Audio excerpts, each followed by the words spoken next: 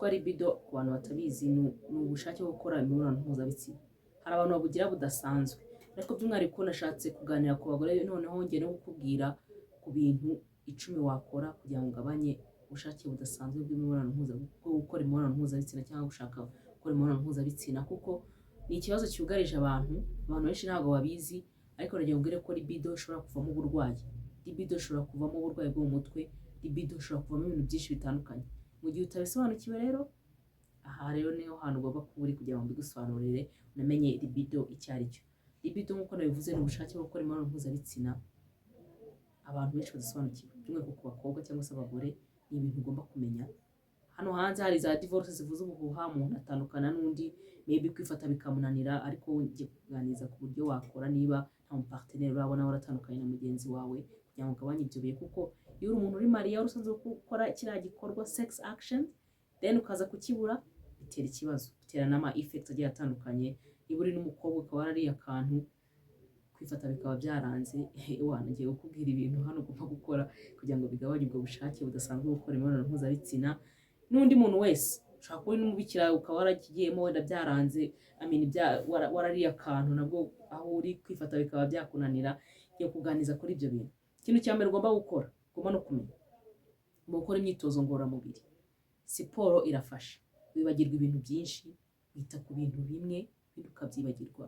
Siporo nicyo kintu cya mbere nakurekomendinga gukora ama exercises, nko kwiruka, kugenda n'amaguru, bigabanya stress na sexual tension.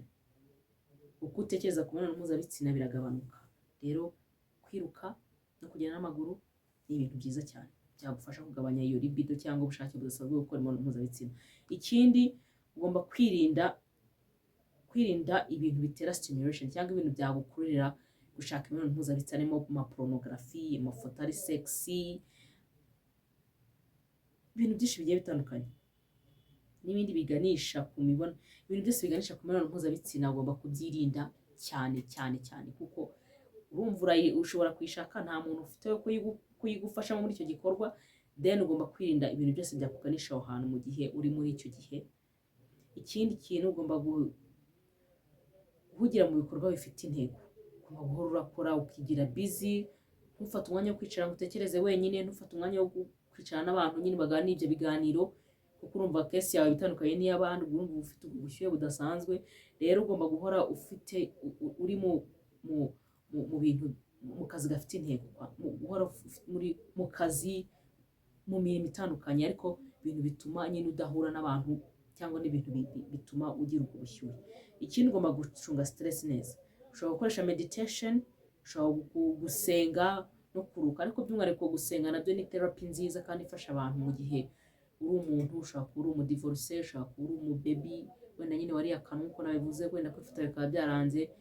Gusenga, uhura n'abandi muganira iby'Imana bitandukanye n'ibyo by'imibonano mpuzabitsina, bituma ya sexual desire mu bwonko igabanuka, cyangwa even the way you think about sex biragabanuka.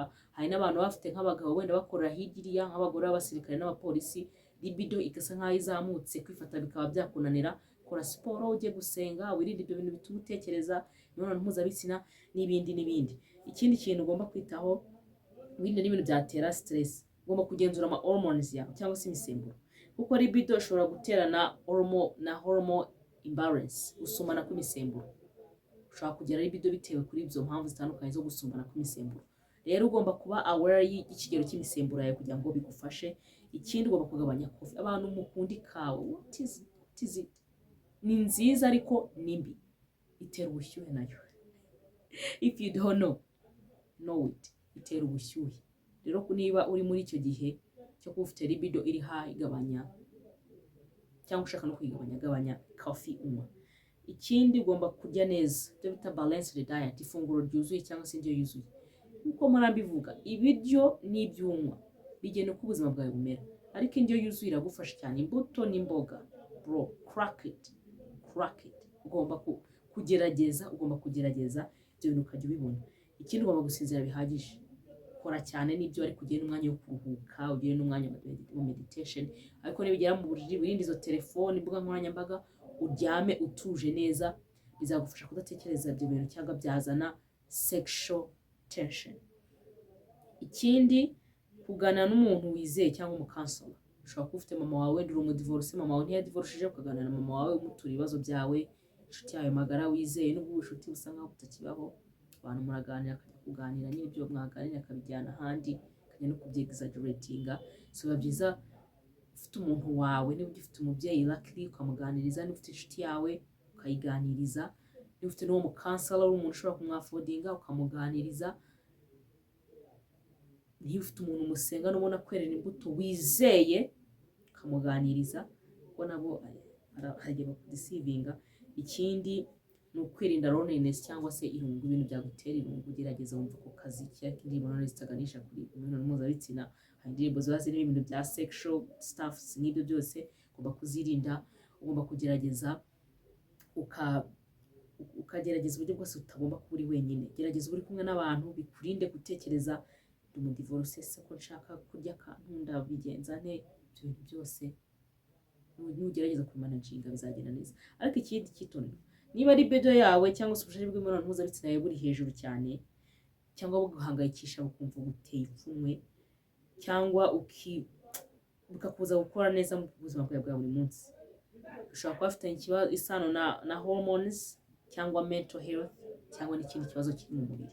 Rero biba byiza ibyo byose ubashije kubimenya, ukamenya se niba mfite libido iri guterwa n'iki, se niba ndi kubikoresha ibyo no kubikoresha kugira ngo mbikemure bikaba biri kwanga, ese nabigenza gute.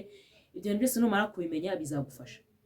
Ushobora kujya kwa muganga, muganga akagufasha, ushobora gushaka umutherapist akagufasha, umukansela, abantu bose barahari kugira ngo bagufashe. Rero menye ubuzima bwawe, umenye ngo niba ufite libido urayigabanya gute. Ibyo bintu byose numara kubimenya ubuzima buzaryoha.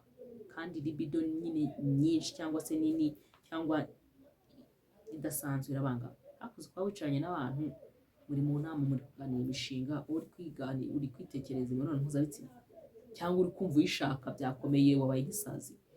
Abana ni ibintu bibangama, ni ibintu bituma sosiyete ikujajinga uko utari, ibintu bituma abantu bagufata uko utari. Rero biba byiza ubimenye. Ariko ibintu byose navuze byose byagufasha, kimwe, bibiri cyangwa bitatu byagufasha. Icyo ubona cyagukorera gikoreshe. Wowe utabana n'umugabo wawe, wowe uri umudivorce, wowe ufite umugabo ukorera kure, ufite umugabo uri mu mahanga, wowe mukobwa wariye akantu kwifotora bikaba byarakunaniye.